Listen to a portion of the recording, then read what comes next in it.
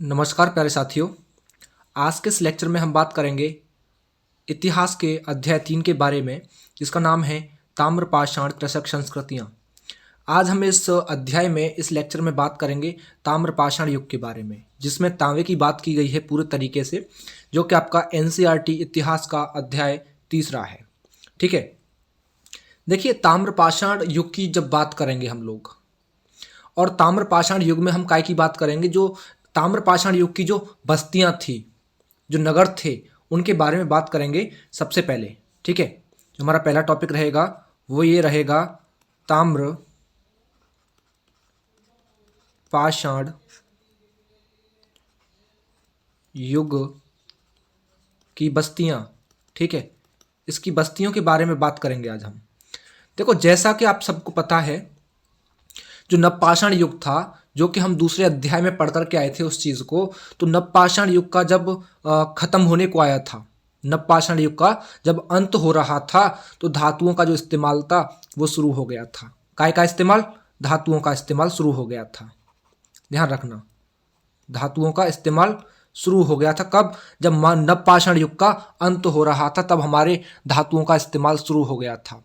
और धातुओं में याद रखना, धातुओं में सबसे पहले प्रयोग की जाने वाली धातुओं में सबसे पहले प्रयोग की जाने वाली कौन सी धातु थी? वो हमारा तांबा था। क्या था? तांबा। तांबे का प्रयोग सबसे पहले धातुओं में किया गया, और उसी तांबे के ऊपर हमारा अध्याय है ताम्रपाषाण कृषक संस्कृतियां। ठीक है, तो तांबे का प्रयोग सबसे पहले हुआ, और काफी संस्कृतियां ऐसी थी जिनका जन्म अगर देखा जाए तो पत्थर और जो तांबे के उपकरण होते हैं उन्हीं के साथ साथ देखा जाए तो प्रयोग जैसे जैसे होता गया, उसी के कारण उनका जन्म हुआ काफी संस्कृतियों का। कैसे जन्म हुआ? जो कि हमारे जो पत्थर थे और जो तांबा था, इनके जो औजार बनाए जाते थे, इनके जो औजार बनाए जाते थे, जो उपकरण बनाए जाते थे, उपकरणों का जैसे जैसे प्रयोग होता गया, वैसे ही नई नई संस्कृतियों का जन्म भी इन्हीं के साथ होता गया। और इन्हीं संस्कृतियों को हम क्या बोलते हैं? ताम्रपाषाणिक संस्कृति कहते हैं। क्या कहते हैं? ताम्रपाषाणिक संस्कृति कहते हैं। ताम्रपाषाणिक। ठीक है, इसको एक और नाम से जानते हैं, कैलकोलिथ युग के नाम से भी। ठीक है, कैलकोलिथ युग के नाम से भी हम ताम्रपाषाण युग को जानते हैं। ठीक है, और ताम्रपाषाण या फिर कैल्कोलिथिक की बात करें तो कैल्कोलिथिक का मतलब होता है पत्थर और तांबे के उपयोग की एक सिचुएशन, एक अवस्था, या तांबे और पत्थर के उपयोग का एक युग, उसी को कैल्कोलिथिक बोलते हैं, या फिर ताम्रपाषाणिक हम लोग बोलते हैं। ठीक है, अगर एक टेक्नोलॉजी के अकॉर्डिंग देखा जाए, तकनीकी के अकॉर्डिंग देखा जाए, जो तकनीकी विकसित हुई हमारे देश में, तो तकनीकी दृष्टि से देखा जाए तो जो ताम्रपाषाणिक अवस्था थी, ताम्रपाषाण अवस्था थी, या तांबे की जो अवस्था थी, तो अगर देखा जाए तो जो हड़प्पा की जो कांसे की जो संस्कृति थी, जो कांस्य युगीन संस्कृति थी, उससे पहले की मानी जाती है, उससे पहले की मानी जाती है। लेकिन अगर टाइम पीरियड के अकॉर्डिंग देखा जाए, तो भारत में हड़प्पा का कांस्य संस्कृति जो सबसे पहले मानी जाती है, और अधिकतर ताम्रपाषाण युगीन संस्कृतियां जो हैं बाद की मानी जाती हैं। तो जो ताम्रपाषाण युग के जो लोग थे, वो अधिकतर पत्थर और तांबे की वस्तुओं का प्रयोग करते थे। काय का प्रयोग करते थे? तांबे और पत्थर की वस्तुओं का। ध्यान रखना, पत्थर और तांबे की वस्तुओं का प्रयोग करते थे, कि वस्तुओं का प्रयोग सबसे पहले करते थे। ठीक है, और कभी कभी ये जो एक लोकल वैरायटी का एक तांबा भी आता है, घटिया किस्म का एक तांबा भी आता है, तो उस घटिया किस्म के तांबे का भी प्रयोग ये लोग किया करते थे। और देखा जाए मेनली तो ग्रामीण समुदाय बनाकर रहते थे। जो ताम्रपाषाण युग के जो लोग थे, वो ग्रामीण समुदाय बना करके रहते थे। कौन सा? ग्रामीण समुदाय। ठीक है, ग्रामीण समुदाय बना करके ये लोग रहा करते थे। और देश के ऐसे ऐसे बड़े बड़े भाग हैं जिनमें ये फैले हुए थे, जहां पर पहाड़ी जमीन है, नदियां हैं, ठीक है। और इसके बिल्कुल सेम उल्टा हमारे हड़प्पाई लोगों के साथ में हुआ। वो कांसे का प्रयोग करते थे और सिंधु घाटी के जो बाढ़ वाले जो मैदान थे, जहां पे उपज की बदौलत देखा जाए तो नगर निवासी वो लोग हो गए थे, क्योंकि जो बाढ़ वाले क्षेत्र हैं जहां जलोढ़ मिट्टी बह करके आती है वहां पे उपजाऊ हो जाती है जगह, तो वहां पे वो लोग रहते थे बस्तियां बना करके, अपने नगर बना करके। और भारत में ताम्र पाषाण अवस्था की बस्तियों की बात की जाए तो हमारे दक्षिण पूर्व राजस्थान में देखने को मिली है। दक्षिण पूर्व राजस्थान में, कहां पर? दक्षिण पूर्व राजस्थान में देखने को मिली है। दूसरा, मध्य प्रदेश का जो पश्चिमी भाग है, जो एमपी का जो वेस्टर्न पार्ट है, वहां देखने को मिली है ये ताम्र पाषाणिक बस्तियां जो हैं। और पश्चिमी महाराष्ट्र में देखने को मिली हैं और दक्षिणी पूर्वी भारत में भी देखने को मिली हैं। अगर दक्षिण पूर्वी राजस्थान की बात की जाए, अगर दक्षिण पूर्वी राजस्थान की बात की जाए, दक्षिण पूर्वी राजस्थान की अगर बात की जाए तो ध्यान रखना उसमें 2 पुरास्थलों की खुदाई हुई है। इसमें 2 पुरास्थलों की खुदाई हुई है। कितने? 2 पुरास्थलों की, 2 पुरास्थलों की इसमें खुदाई हुई है। अब वो 2 पुरास्थल कौन से थे? ध्यान रखना, नंबर 1 की बात करें तो वो था हमारा आहार। कौन सा? आहार। और दूसरे की अगर बात की जाए तो वो था गिलुंद। कौन सा था? गिलुंद। ठीक है, आहार और गिलुंद 2 पुरास्थलों की खुदाई हुई है। और ये पुरास्थल दोनों के दोनों, आहार और गुलंद, ये कहां पर थे? बनास घाटी के, बनास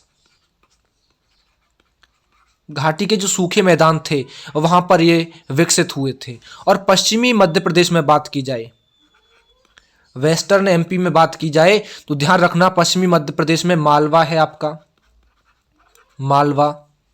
ठीक है, मालवा की अगर बात की जाए, और एक आपका कायथा था, कायथा और एरंड, ये 3 थे। इनकी पश्चिमी मध्य प्रदेश में खुदाई हुई है।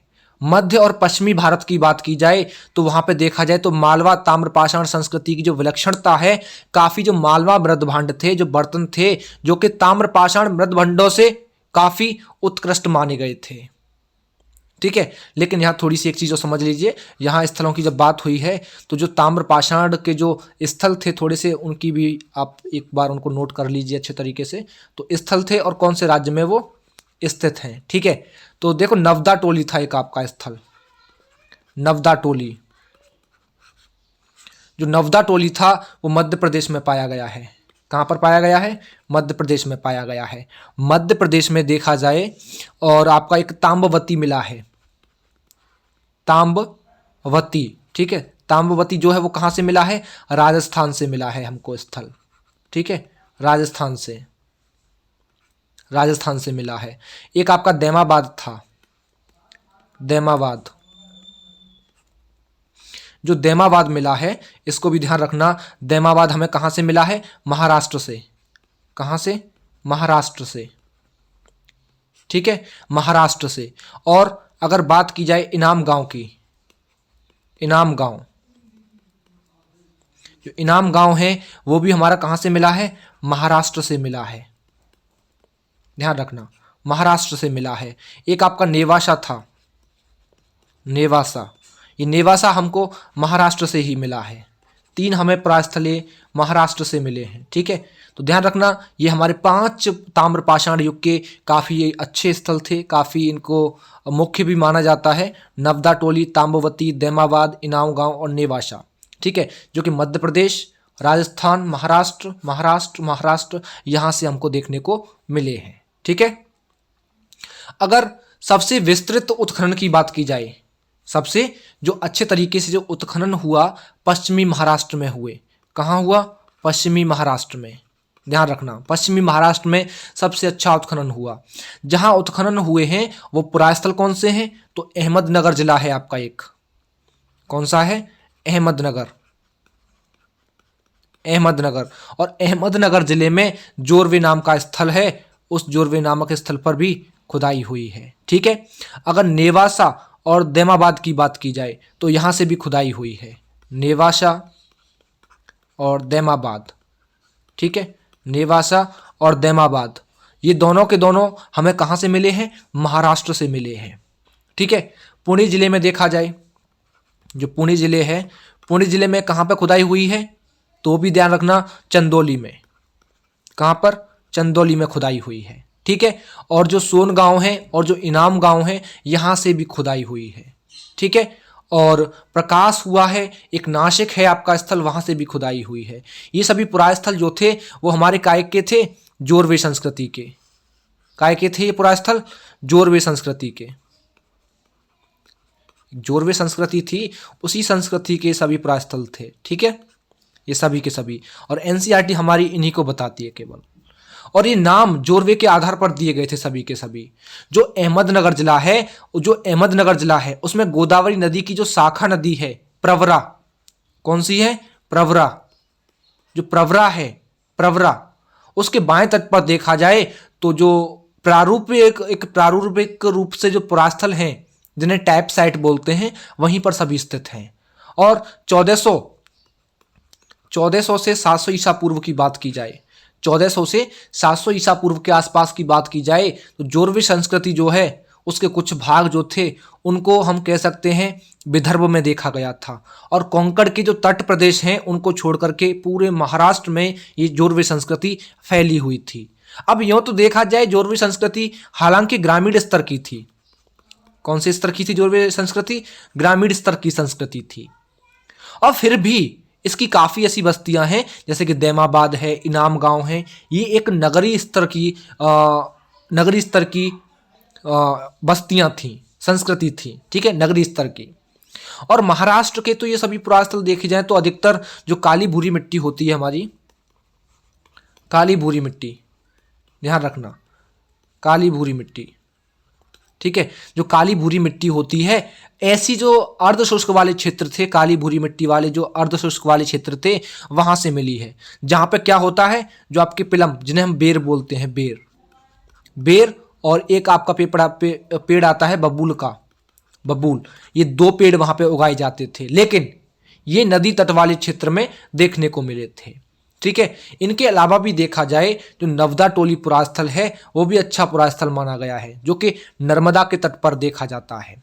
और अधिकतर ताम्र पाषाणिक तत्व जो हैं, वो जो हमारा दक्षिण भारत है उसके नव पाषाण स्थलों से भी सम्मिलित हो गए थे। और काफ़ी ताम्र पाषाण स्थल तो आपके इलाहाबाद जिला का जो विंध्य क्षेत्र है वहाँ भी पाए गए हैं। अगर पूर्वी भारत में बात की जाए तो गंगा तटवर्ती जितने भी क्षेत्र हैं, चिरांद है वहाँ पे आपका, चिरांद के अलावा देखा जाए तो बर्दवान जिला है, तो बर्दवान जिला का जो पांडु राजार डिबी है, कौन सा? पांडु राजार डिबी, पांडु राजार डिबी, ध्यान रखना। और पश्चिम बंगाल का जो बीरभूम जिला है, कौन सा? बीरभूम जिला,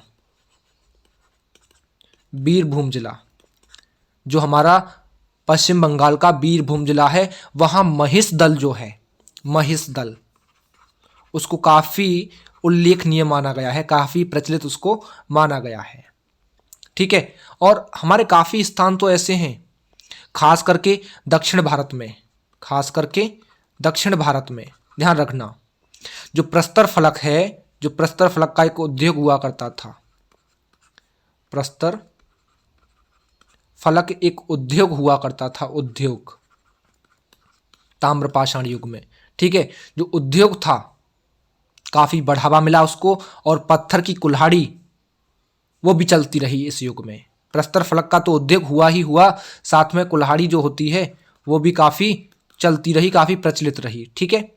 और काफी बस्तियों में तो देखा जाए तांबे की वस्तुएं बहुत मात्रा में मिली हैं, और यही हाल जो ताम्रपाषाण युग में देखेंगे तो काफ़ी बस्तियां मैंने ऐसी बताई कि तांबे की वस्तुएं बहुत मात्रा में मिली हैं। और यही बिल्कुल सेम कंडीशन कहाँ पर हुई है, जो हमारा आहार है, आहार और गेलुंद, जो हमारा आहार और जो गिलुंद है, यहाँ का भी प्रतीत होता है ऐसा ही माहौल, जो कि राजस्थान की बनास घाटी के जो कमोबेश शुष्क इलाके हैं वहाँ क्षेत्र देखने को मिलते हैं, और अन्य समकालिक ताम्रपाषाण कृषक संस्कृतियों के विपरीत देखा जाए तो आहार में वास्तव रूप में देखा जाए जो सूक्ष्म पाषाण औजार होते हैं इनके इस्तेमाल बिल्कुल भी नहीं किए गए हैं। जो हमारे सूक्ष्म पाषाण औजार होते हैं इनका इस्तेमाल बिल्कुल भी नहीं होता था, है ना। और यहाँ पत्थर की कुल्हाड़ियाँ, काय की पत्थर की कुल्हाड़ियाँ, ध्यान रखना, पत्थर की कुल्हाड़ी,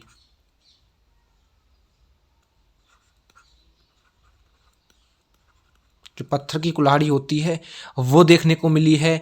फलक, जो फलक होती हैं, फलकों का तो काफ़ी अभाव देखने को मिला है, बहुत कम मात्रा में मिली है। और इसकी जो वस्तुएं थीं उनमें कोई सपाट कुल्हाड़ी देखने को मिली है, चूड़ियाँ मिली हैं, पत्थरें मिली हैं जो सभी तांबे की बनी हुई थी। हालांकि एक चादर भी मिली है यहाँ से कांसे की, लेकिन उसका इतना उल्लेख नहीं किया जाता है। फिर भी एक चादर यहाँ से हमको कांसे की देखने को मिली है। जो आहार के लोग थे वो शुरू से ही धातु कर्म जानते थे, वो धातु कर्म के बारे में जानते थे शुरू से ही, ताम्रपाषाण युग के लोग, आहार के लोग, सॉरी, ठीक है। और आहार का प्राचीन नाम क्या था? इस आहार का प्राचीन नाम की अगर बात की जाए तो वो क्या था? ताम्बवती। क्या था? ताम्बवती, जो कि मैंने आपको भी स्थलों में लिखवाया था, वही ताम्बवती इसका नाम था, या फिर तांबा वाली, या फिर तांबे वाली जगह हम कह सकते हैं। और आहार संस्कृति का जो समय था, इस आहार संस्कृति का जो समय था वो लगभग बताया जाता है 2100 से 1500 ईसा पूर्व के बीच का, 2100 से 1500 ईसा पूर्व का समय बताया जाता है। और गिलिंद में तो तांबे के टुकड़े ही मिलते हैं केवल देखने को, और यहाँ एक प्रस्तर फलक का उद्योग भी पाया गया था, जो कि मैंने भी आपको बताया था। और महाराष्ट्र के जोरवे और चंदौली में देखा जाए तो सपाट तरीके से बिल्कुल प्लेन टाइप की आयताकार तांबे की कुठार देखने को मिली है। और चंदौली में तो तांबे की छेनी भी देखने को मिली है, तांबे की छेनी, तांबे की छेनी भी देखने को मिली है। कहाँ से? चंदौली से, ठीक है। और ताम्रपाषाण काल के जो लोग थे वो विभिन्न प्रकार के मृद भांडों का व्यापार करते थे, ठीक है। और इनमें एक किस्म के बर्तन तो काले और लाल रंग के देखने को मिले हैं, और इनका प्रयोग लगभग बताया जाता है 2000 ईसा पूर्व। कितना? जो बर्तन पाए गए हैं अलग किस्म के, उनका प्रयोग बताया जाता है कि 2000 ईसा पूर्व से व्यापक तौर पर उनका प्रयोग होता आया है।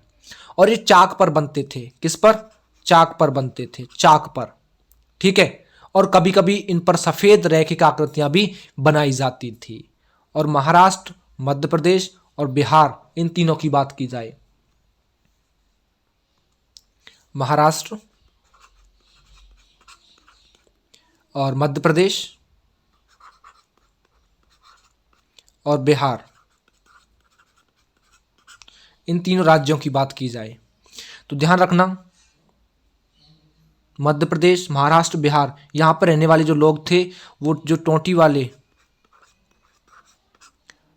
जो टैप बोलते हैं हम लोग, टैप जो बोलते हैं, टोंटी, जो हमारे घर में जो पानी की जो व्यवस्था होती है उसमें टोंटी लगी हुई होती है पाइप में, तो वही टोंटी की बात कर रहा हूँ। तो मृद भांड जो हुआ करते थे, जो पानी का प्रयोग करते थे, उनमें ये टोंटी लगाया करते थे, टोंटी वाले जलपात्र रखा करते थे, तस्तरियाँ रखते थे, गोड़ीदार कटोरे जो होते हैं वो बनाया करते थे। और महाराष्ट्र और मध्य प्रदेश की बात की जाए, केवल महाराष्ट्र और मध्य प्रदेश, और यहाँ बिहार को हटा करके राजस्थान की बात की जाए, राजस्थान की, यानी कि इन तीनों स्थलों की बात की जाए, तीनों राज्यों की बात की जाए, तो ध्यान रखना यहाँ के जो लोग थे, तो यहाँ पे जो मृद भांड मिले हैं उनका काफ़ी चित्रित रूप से प्रयोग किया गया है, मृद भांडों को चित्रित रूप से प्रयोग किया गया है। लेकिन पूर्वी भारत में ऐसे मृद भांड बहुत कम मात्रा में मिले हैं। और दक्षिण पूर्वी राजस्थान की बात की जाए, जो हमारा दक्षिण पूर्वी राजस्थान है, उस दक्षिण पूर्वी राजस्थान की बात की जाए, या फिर पश्चिमी मध्य प्रदेश की, वेस्टर्न एमपी की बात की जाए, पश्चिमी मध्य प्रदेश की, या फिर पश्चिमी वेस्टर्न महाराष्ट्र की बात की जाए, महाराष्ट्र की, ठीक है। तो यहाँ पे अन्यत्र रहने वाले जो ताम्रपाषाण युग के लोग थे वो मवेशी पाला करते थे, जानवर पाला करते थे और खेती भी किया करते थे। और जानवरों में ध्यान रखना, गाय है, भेड़ थी, ठीक है, बकरी भी पाली इन्होंने, यहाँ तक कि शुअर भी पाला, जिसे पिग बोलते हैं, है ना। भैंस भी ये पाला करते थे। लेकिन शिकार किसका करते थे? हिरण का। ये लोग हिरण का शिकार किया करते थे। ठीक है, ध्यान रखना। गाय, भेड़, बकरी, सूअर इनको पाला था, भैंस को भी पाला था, लेकिन शिकार हिरण का किया करते थे। ऊंट के भी अवशेष यहाँ से मिले हैं, लेकिन यहाँ ये लोग देखा जाए तो घोड़े से परिचित नहीं थे। ये लोग घोड़े से परिचित नहीं थे बिल्कुल भी। ठीक है, ध्यान रखना इस चीज को। और फसल की बात की जाए, अगर फसल की बात की जाए तो ये लोग, ध्यान रखना, गेहूं और चावल उगाते थे। गेहूं और चावल दोनों फसलों को उगाते थे, गेहूं और चावल दोनों को उगाते थे। और मुख्य अनाजों के अतिरिक्त भी देखा जाए तो कभी कभी ये बाजरे की खेती भी किया करते थे। बाजरे की खेती भी ये लोग किया करते थे। मसूर, उड़द, मूंग, काफ़ी प्रकार की दलहन होती है, मटर भी होती है, तो ये फसल भी उगाया करते थे। नवदा टोली के जो लोग थे वो बेर और अलसी को उगाया करते थे। बेर और अलसी, ठीक है, कहाँ के लोग? नवदा टोली के। नवदा टोली के लोग थे वो बेर और अलसी को उगाया करते थे। जो दक्कन की काली मिट्टी है वहाँ कपास की पैदावार अच्छी हुआ करती थी। वहाँ कपास की पैदावार अच्छी हुआ करती थी। और निचले दक्कन के क्षेत्र में देखा जाए तो रागी है, बाजरा है, तो इस तरीके के काफ़ी अनाजों की खेती ये लोग किया करते थे।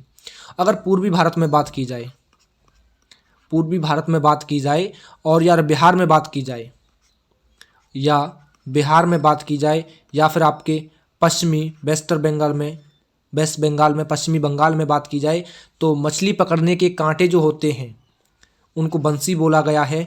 तो काफ़ी मात्रा में देखने को मिले हैं जो मछली पकड़ने वाले जो कांटे होते हैं। और यहाँ हमने देखा साक्ष्यों के रूप में कि ये चावल भी काफ़ी उगाया करते थे, चावलों का भोजन में प्रयोग भी काफ़ी हुआ है। राजस्थान की बनास घाटी है, राजस्थान की बनास घाटी है, ध्यान रखना, राजस्थान की बनास घाटी जो है, अधिकांश बस्तियां छोटी मिली हैं यहाँ से, लेकिन आहार और गिलुंद जो हमारे क्षेत्र थे लगभग 4 हेक्टेयर क्षेत्र में फैले हुए थे। कितने में? 4 हेक्टेयर। ठीक है, 4 हेक्टेयर में आहार और गिलुंद, कौन कौन से? आहार और गिलुंद जो थे वो 4 हेक्टेयर क्षेत्र में फैले हुए मिले हैं। ठीक है, ताम्रपाषाण युग के जो लोग थे पकी ईंटों से परिचित नहीं थे, और इनका इस्तेमाल देखा जाए तो कभी कभी हुआ करता था पकी हुई ईंटों का, जैसा कि गिलुंद में हुआ है 1500 ईसा पूर्व में। 1500 ईसा पूर्व में पकी हुई ईंटों का प्रयोग गिलुंद में हुआ है। और देखा जाए 1500 ईसा पूर्व के आसपास ही देखा जाए तो कभी कभी ये अपना घर कच्ची ईंटों से भी बनाया करते थे, लेकिन अधिकतर, अगर अधिकतर बात की जाए तो अधिकतर ये लोग, जो हम लोग घरों में पहले जो गांव में जो गीली मिट्टी थोप करके जो दीवारें बनाई जाती थी, तो उस तरीके से ये लोग गीली मिट्टी थोप करके बनाया करते थे। कभी कभी ये घरों पर छप्पर भी बना दिया करते थे। लेकिन जो आहार के लोग थे,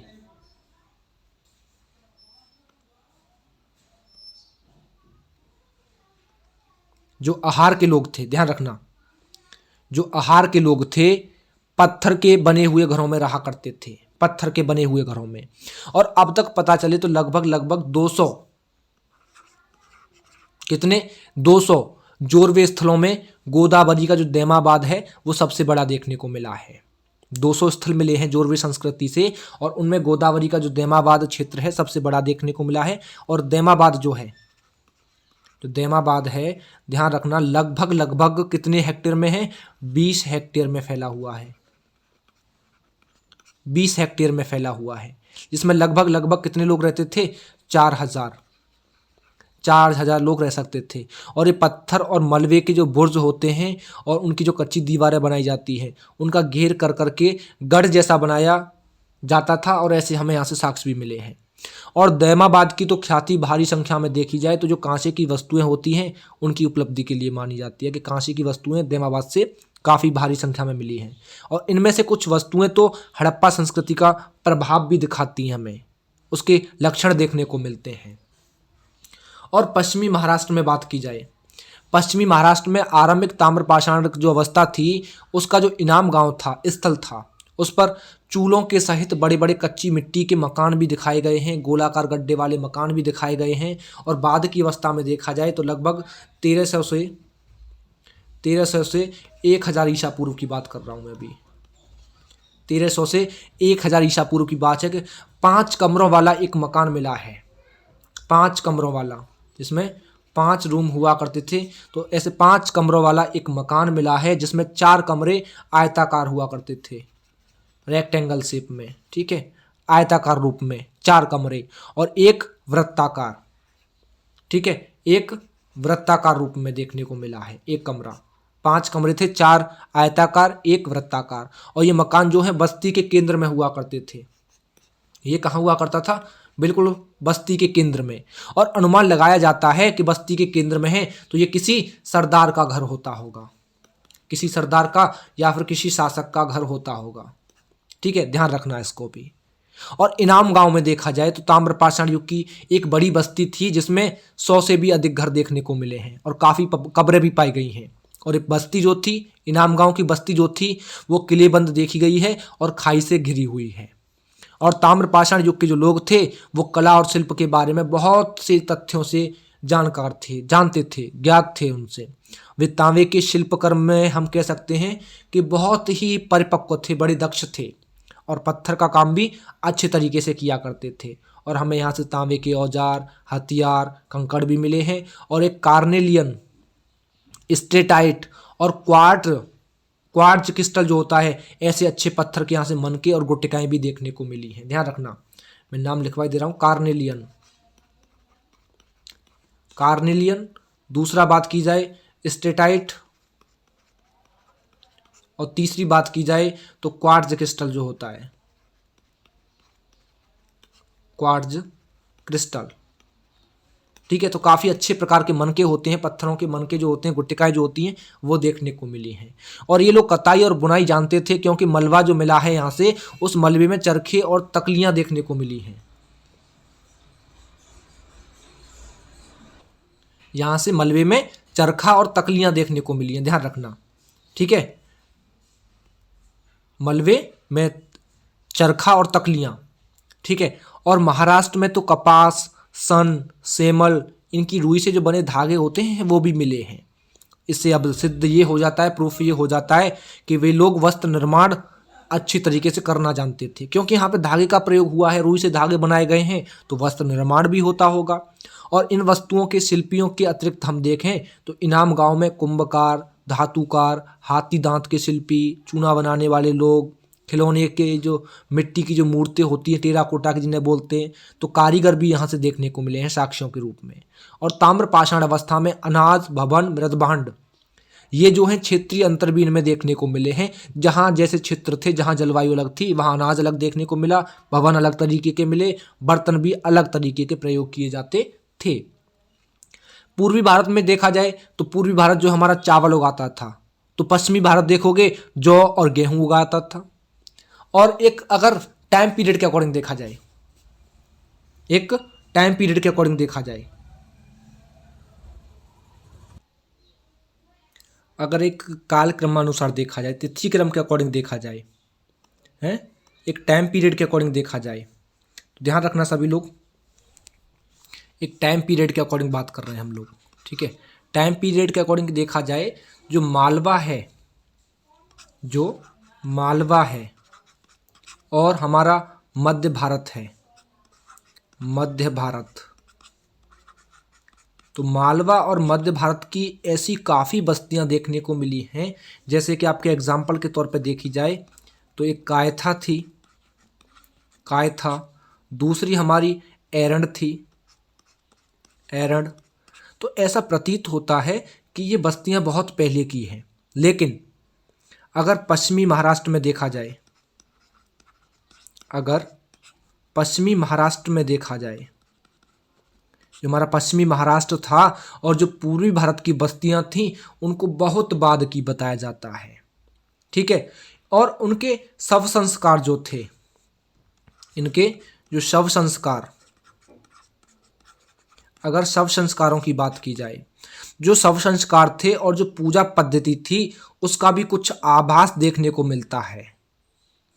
क्योंकि महाराष्ट्र में जो लोग थे वो मृतक को कलश में रख करके अपने घर में फर्श के नीचे उत्तर दक्षिण दिशा में गाड़ते थे, जो महाराष्ट्र में जो लोग थे, जो मृतक हुआ करता था, जो डेड बॉडी थी, उसको एक कलश में रखने के बाद में घर का जो फर्श होता है उसके अंदर उत्तर दक्षिण दिशा की ओर गाड़ देते थे।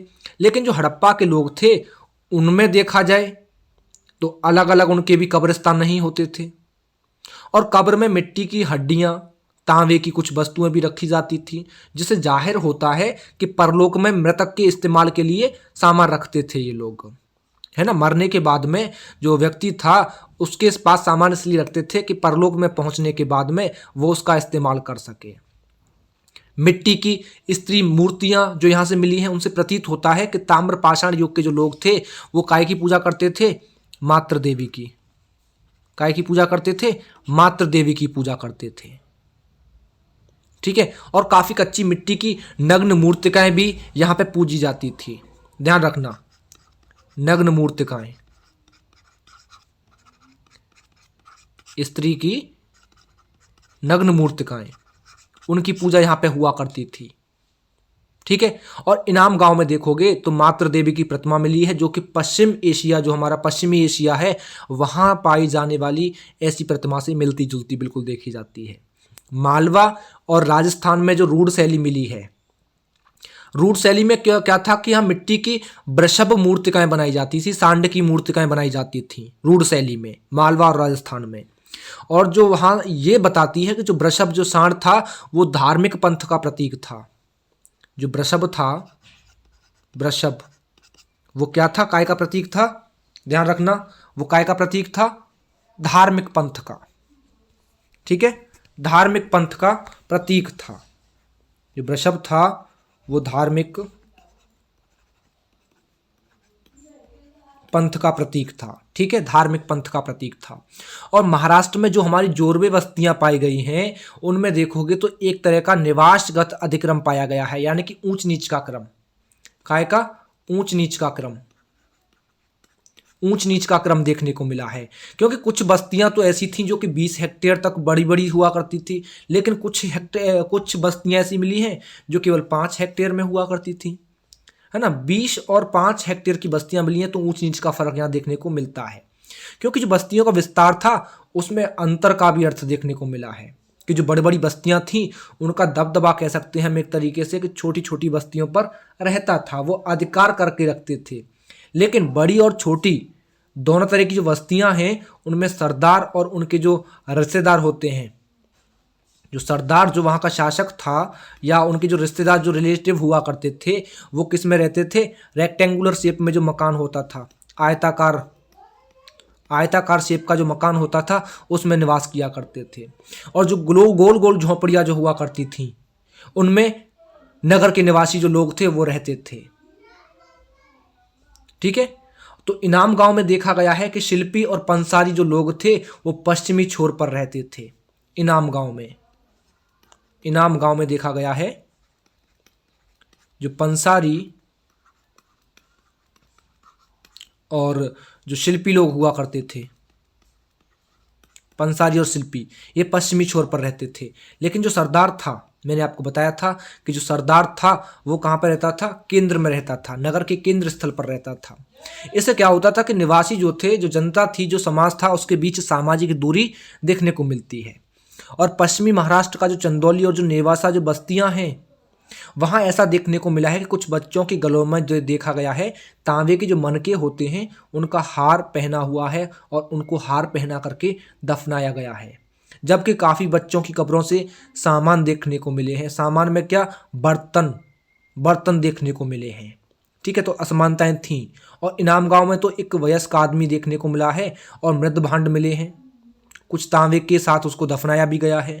कायथा में देख लो, कायथा के एक घर में देखोगे तो तांबे के 29 कंगन देखने को मिले हैं, 29 कंगन, 29 कंगन देखने को मिले हैं कायथा के घर में, जो कि 2 तरीके के ढंग की कुल्हाड़ियाँ भी वहाँ से पाई गई हैं, वहाँ से 2 तरीके की कुल्हाड़ियाँ भी पाई गई हैं। और इसी स्थान में स्टेटाइट और कार्नेलियन जैसे कीमती जो पत्थर होते हैं उनकी गोलियों के हार पात्रों में भी जमा इकट्ठे वहाँ पे देखने को मिले हैं, ठीक है। और गणेश्वर जो स्थल है विशेष रूप से हम कह सकते हैं कि अवलोकनीय है हमारे लिए तो, लेकिन राजस्थान में जो राजस्थान में जो खेत्री है, ताम्रपट्टी के जो सीकर झुंझुनू क्षेत्र हैं, वहाँ से तांबे की अच्छी खानों के निकट देखने को मिला है ये गणेश्वर स्थल जो है। ठीक है, और इस क्षेत्र में खुदाई में क्या क्या निकला है, तांबे की वस्तुएं निकली हैं। जो तीर होते हैं, तीर की नोक मिली है। तीर की नोक कैसे, जैसे कि ये तीर होता है और आपने ये देखा होगा इस तरीके से जो होता है, इस तरीके से ये वाला हिस्सा, ये नोक वहाँ से देखने को मिली है। बरछे के फल मिले हैं, बंसियां मिली हैं, सेल्ट मिला है, कंगन मिला है, छेनी मिली है, काफ़ी औजार मिले हैं। जो पकी हुई मिट्टी है उसकी एक ऐसी पिंडिका भी मिली है जो कि सिंधु टाइप से मिलती जुलती है। और इस स्थान में बहुत से पत्थरों के छोटे छोटे औजार, छोटे छोटे औजार, उनको क्या बोलते हैं, माइक्रोलिथ, माइक्रोलिथ्स बोलते हैं। छोटे छोटे औजारों को माइक्रोलिथ बोलते हैं, जो कि ताम्रपाषाण संस्कृति के परिचायक थे। हालांकि ताम्रपाषाण संस्कृति से गैरिक मृदभांड जो कि हमारे ओसीपी पद्धति के होते हैं वो भी पाए गए हैं, और ये लाल अनुलेपित भांड हुआ करते थे, जो कि अक्सर देखे जाएं तो काले और लाल रंग, और अक्सर देखोगे तो काले रंग से ही रंगे जाते थे। और कलश की शक्ल जो होती है, कलश जो होता है हमारा इस तरीके का, आप लोगों ने देखा होगा, जो कलश होता है इस तरीके से बर्तन वहां देखने को मिले हैं। ठीक है, क्योंकि गणेश्वर का जो जमाव था उसको लगभग जो गणेश्वर की जो बस्ती थी उसको बताया जाता है कि 2800 से 2200 ईसा पूर्व का माना जाता है। इसलिए इसकी बहुत सी वस्तुएं जो थे परिपक्व हड़प्पा संस्कृति से पहले की बताई जाती हैं। और गणेश्वर में मेनली देखा जाए तो हड़प्पा को तांबे की वस्तुओं की आपूर्ति करता था। जो हड़प्पा था, गणेश्वर जो था, वो हड़प्पा के लिए तांबे की जितनी वस्तुएं हुआ करती थी उनकी आपूर्ति किया करता था। पर गणेश्वर से कोई खास तत्व प्राप्त नहीं हुआ है।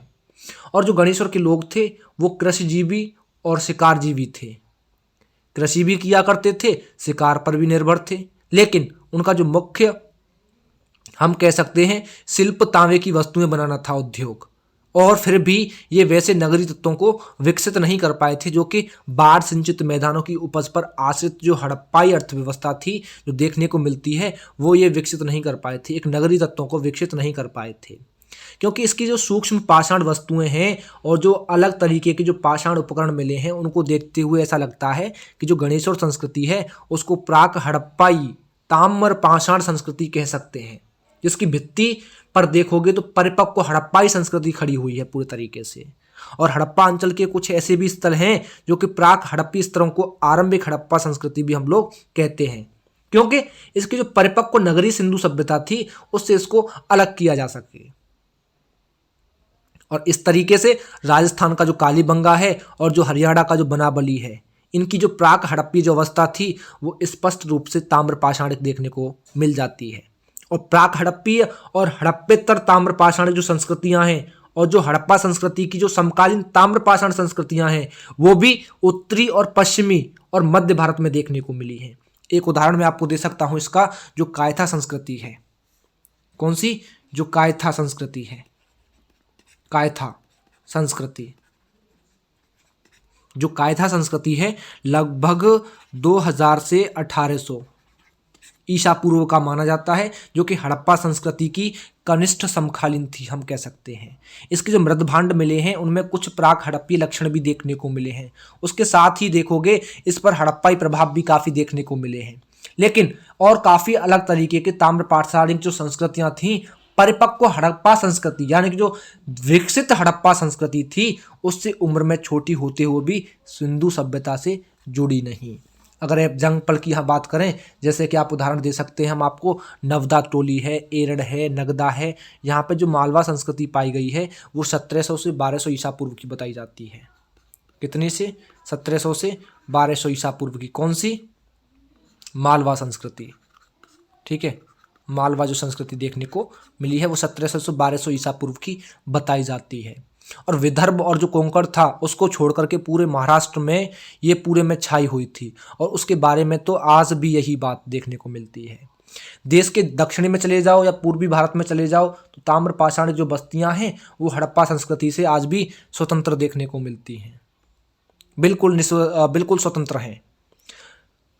विंध्य के क्षेत्र हैं, पूर्वी उत्तर प्रदेश है, बिहार है, पश्चिम बंगाल है, यहाँ की जो ताम्र पाषाण बस्तियां थीं, इनमें भी काफ़ी हड़प्पा संस्कृति से असंबंध देखने को मिले हैं, है ना। कई प्रकार की प्राक हड़प्पीय ताम्र पाषाण जो संस्कृतियां थीं, सिंध है, बलूचिस्तान है, राजस्थान है, इन प्रदेशों में देखोगे तो जो आपका कृषक समुदाय है, यहाँ के प्रसार से वो काफ़ी प्रेरक हुई और उनके अनुकूल देखा जाए तो उन्होंने अपने लिए अवसर भी बना लिए थे, तभी विकसित हो पाई। और भारत के मध्य और पश्चिमी भागों में देखोगे तो जो ताम्र पाषाण संस्कृतियां हैं 1200 ईसा पूर्व से देखोगे और 1000 ईसा पूर्व तक की उनको बताया जाता है। बाद में देखा जाए तो यहाँ पे ऐसा बताया भी जाता है कि 1200 से 1000 ईसा पूर्व तक ये जीवित रही थी केवल। और पश्चिमी भारत और पश्चिमी मध्य प्रदेश में जो ताम्र पाषाण बस्तियां थीं, वो जब वो लुप्त हुई, जब वो नष्ट हुई, तो उनका एक कारण बताया जाता है कि लगभग 1200 ईसा पूर्व के बाद में वर्षा की कमी हुई थी। यहाँ पे वर्षा बहुत कम मात्रा में हुई थी, यानी कि वर्षा की कमी हुई थी, इसलिए ये लुप्त हो गई थी पूरे तरीके से। ठीक है। अगर लाल मिट्टी वाले क्षेत्रों में देखोगे तो खास करके पूर्वी भारत में जो ताम्र पाषाणिक अवस्था थी, उसके तुरंत बाद देखा जाए तो बिना किसी व्यवधान के लौह अवस्था यहाँ पे एक संग से टूट पड़ी, आ गई, एक संग उसने अपना जमाव कर लिया और उसने धीरे धीरे लोगों को पूरा खेतीहर बना दिया। और यही बात मध्य गंगा के मैदान में स्थित जो हमारी ताम्र पाषाणिक संस्कृतियां हैं उन पर भी लागू होती है, क्योंकि दक्षिणी भारत में काफ़ी स्थल ऐसे मिले हैं जिन पर ताम्र पाषाण संस्कृति ने लोहे का इस्तेमाल करने वाली जो महापाषाण संस्कृति थी उसका रूप ले लिया। तो काफ़ी कुछ चीज़ें देखने को हमें इसमें ताम्र पाषाण युग में देखने को मिली। अगर बात की जाए ताम्र पाषाण अवस्था के महत्व की, जो ताम्र पाषाण जो अवस्था थी इसका क्या महत्व था, इसके महत्व की बात की जाए, देखो जलोढ़ मिट्टी वाले जो मैदान थे और जो घने जंगल वाले क्षेत्र थे, उनको छोड़ करके पूरे देश भर में ताम्र पाषाण संस्कृतियों के अवशेष देखने को मिले हैं। कौन कौन से क्षेत्रों को छोड़ करके? जलोढ़ मिट्टी वाले, जलोढ़ मिट्टी और जो घने जंगल थे, घने जंगल, केवल इन दोनों को छोड़ करके बाकी पूरे देश में, बाकी पूरे क्षेत्रों में देखोगे ताम्र पाषाण संस्कृतियों के अवशेष देखने को मिले हैं। जो जलोढ़ मिट्टी वाले जो मैदान थे उनमें भी जलाशय के किनारे देखोगे तो काफ़ी ताम्र पाषाण बस्तियां देखने को मिली हैं।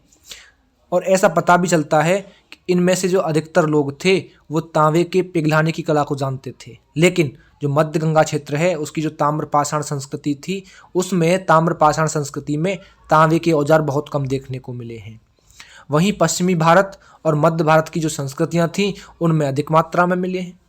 और लगभग सभी ताम्र पाषाण समुदाय जो थे वो चाक पर बनाते थे बर्तनों को, मृत भांडों को, चाक पर बने हुए मृत भांडों के, जो कि काले और लाल रंग के मृत भांड हुआ करते थे, उनका प्रयोग करते थे। क्योंकि उनके विकास की देखा जाए तो जो प्राक कांस्य अवस्था थी उसको देखते हुए हम बता सकते हैं इस चीज़ को कि चित्रित मृत भांडों का सबसे पहले इस्तेमाल करने वाले यही लोग थे ताम्र पाषाण युग के। और ये खाना पकाने के लिए, खाना बनाने के लिए, खाने के लिए, सामान रखने के लिए इन भांडों का प्रयोग करते थे। ये लोटा और थाली दोनों का प्रयोग करते थे। दक्षिण भारत में देखोगे तो जो नवपाषाण अवस्था थी अलक्षित रूप से ही ताम्र पाषाण अवस्था में परिवर्तित हो गई। और इन संस्कृतियों को क्या कहा जाता है? नवपाषाणीय ताम्र पाषाण संस्कृति के नाम से हम लोग जानते हैं। सबसे पुरानी बस्तियां जो है वो मालवा और मध्य भारत में थी, जैसे कि कायथा है, एरण है, ये काफ़ी बस्तियां पुरानी थी। कायथा और एरण ये काफ़ी पुरानी बस्तियां हुआ करती थी। और सबसे पहले ताम्र पाषाण जो लोग थे उन्होंने ही प्रायद्वीपीय भारत में बड़े बड़े गांव बसाए थे और वे नवपाषाण लोगों के बारे में जितना जानते थे उससे कहीं अधिक वो अनाज भी उगाते थे। और पश्चिमी भारत में देखोगे तो पशुओं का जो मांस था अधिक चलता था, लेकिन पूर्वी भारत में जो भोजन खाते थे लोग उसमें मछली और भारत का प्रमुख स्थान था। इसमें मध्य भारत में कायथा और एरण को देख लीजिए। उनकी जो पश्चिमी महाराष्ट्र की भी बात की जाए तो इनाम गांव की जो बस्तियां थी वो सभी की सभी किलेबंद देखने को मिली हैं। मध्य प्रदेश की जो कायथा और जो एरण थी और जो पश्चिमी महाराष्ट्र की इनाम गांव की जो बस्तियां थी किलेबंद देखने को मिली हैं। शव संस्कार होता है, डेड बॉडी जो शव संस्कार होता है, शव संस्कार, इनकी भी विधियां अलग अलग देखने को मिली हैं। क्योंकि महाराष्ट्र में मृतक जो था वो दक्षिण भारत में पूर्व पश्चिम में सीधे में गाड़ा जाता था, सीध में गाड़ दिया जाता था, लेकिन पश्चिमी भारत में देखोगे तो लगभग पूरा, यानी कि एक्सटेंडेड बरियल जो बोलते हैं, समाधान प्रचलित था, जबकि पूर्वी भारत में आंशिक समाधान यानी कि फ्रैक्शनल बरियल चलता था। अगर इस ताम्रपाषाण युग की दुर्बलता की बात करें, कमजोरी की बात करें,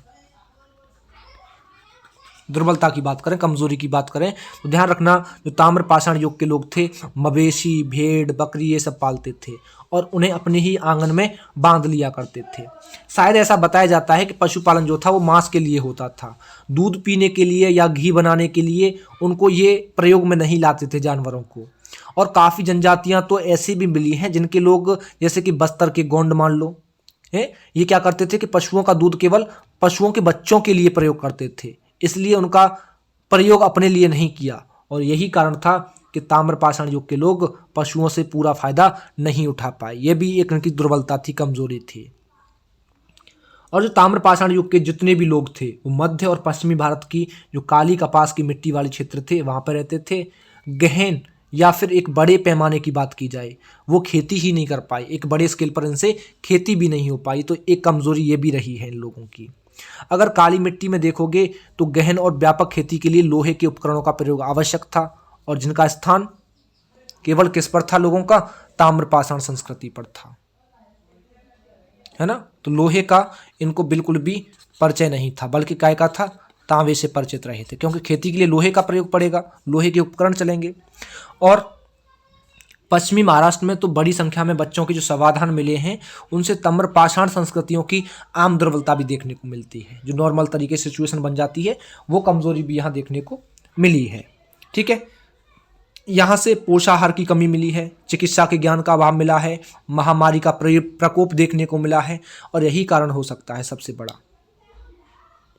जो भी हो, ताम्रपाषाण संस्कृति का सामाजिक और आर्थिक ढांचा जो था वो आयुवर्धक नहीं था।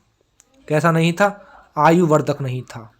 आयुवर्धक का मतलब मेरा कि एक लंबे समय तक नहीं चलने वाला था, ये छोटे समय के लिए संस्कृति थी केवल ये। ठीक है, और ताम्रपाषाण संस्कृति देखी जाए तो ग्रामीण पृष्ठभूमि पर खड़ी हुई थी पूरे तरीके से। इसके जीवन की जितनी भी अवधि थी उसमें तांबा जो था वो सीमित मात्रा में ही उपलब्ध रहा, और धातु के रूप में तांबा ही कुछ सीमित ही काम में दे सकता है। यूँ तो तांबे का बना करके औजार बना लीजिए, लेकिन वो लचीला बन जाएगा, है ना। लोग तांबे में टिन को मिला करके कांसा बनाना नहीं जानते थे, और तांबे से अधिक मजबूत और उपयोगी होता है ये कांसा तो, लेकिन बनाना नहीं जानते थे।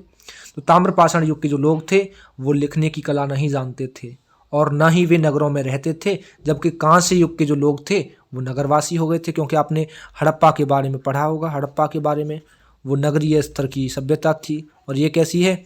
ग्रामीण स्तर की। ठीक है, ताम्रपाषाण की अवस्था ग्रामीण स्तर की है। और अधिकतर जो लोग थे ताम्रपाषाण संस्कृतियों में देखा जाए तो इस संस्कृति की उम्र में एक आयु में देखोगे तो सिंधु घाटी सभ्यता के बाद किसको माना जाता है। फिर भी ये संस्कृतियां सिंधु घाटी सभ्यता के लोगों के उन्नत तकनीकी और ज्ञान से कोई ठोस फायदा नहीं उठा पाई, बिल्कुल भी। अगर यहाँ के बर्तनों की, मृत भांडों की विशेषताओं के बारे में बात की जाए, यहाँ की जो ताम्र नदियाँ थीं, जो गैरिक मृत भांड थे, उनकी अवस्थाओं की बात की जाए तो 40 से भी अधिक ताम्र नदियाँ यहाँ से मिली हैं। यानी कि जो तांबे के उपकरण थे, जो जखीरें थीं, वो देखने को मिली हैं, और उनमें अंगूठी है, अंगूठी देखने को मिली है, सेल्ट देखने को मिली है, कुठार है, कुठारी जिसे बोलते हैं, खड़ग है, तलवार जिसे बोलते हैं, हारपून है, हारपून देख लो, शूल है। यानी कि आदमी की भी मूर्ति यहाँ से देखने को मिली है, आदमी की भी। और पूरब में देख लो, बंगाल और उड़ीसा से लेकर के पश्चिम में गुजरात और हरियाणा तक का, और दक्षिण में आंध्र प्रदेश से लेकर के उत्तर प्रदेश तक का भूभाग जो है उसमें बिखरी पाई गई थी ये सभी चीज़ें। और सबसे बड़ी निधि मध्य प्रदेश का जो गंगोरिया है वहाँ से प्राप्त हुई है। और इसमें ध्यान रखना, गंगोरिया में 424 तांबे के औजार मिले हैं और हथियार मिले हैं, और 102 चांदी के पतले पत्थर देखने को मिले, जैसे चादर बोलते हैं। लेकिन इन ताम्र नदियों में से लगभग आधी गंगा यमुना दोआब में केंद्रित थी, और बाकी के जो क्षेत्र थे जहां तहां देखोगे तो तांबे के हारपून, दुशिंगी तलवार, मानव की मूर्तियां केवल यही देखने को मिली हैं।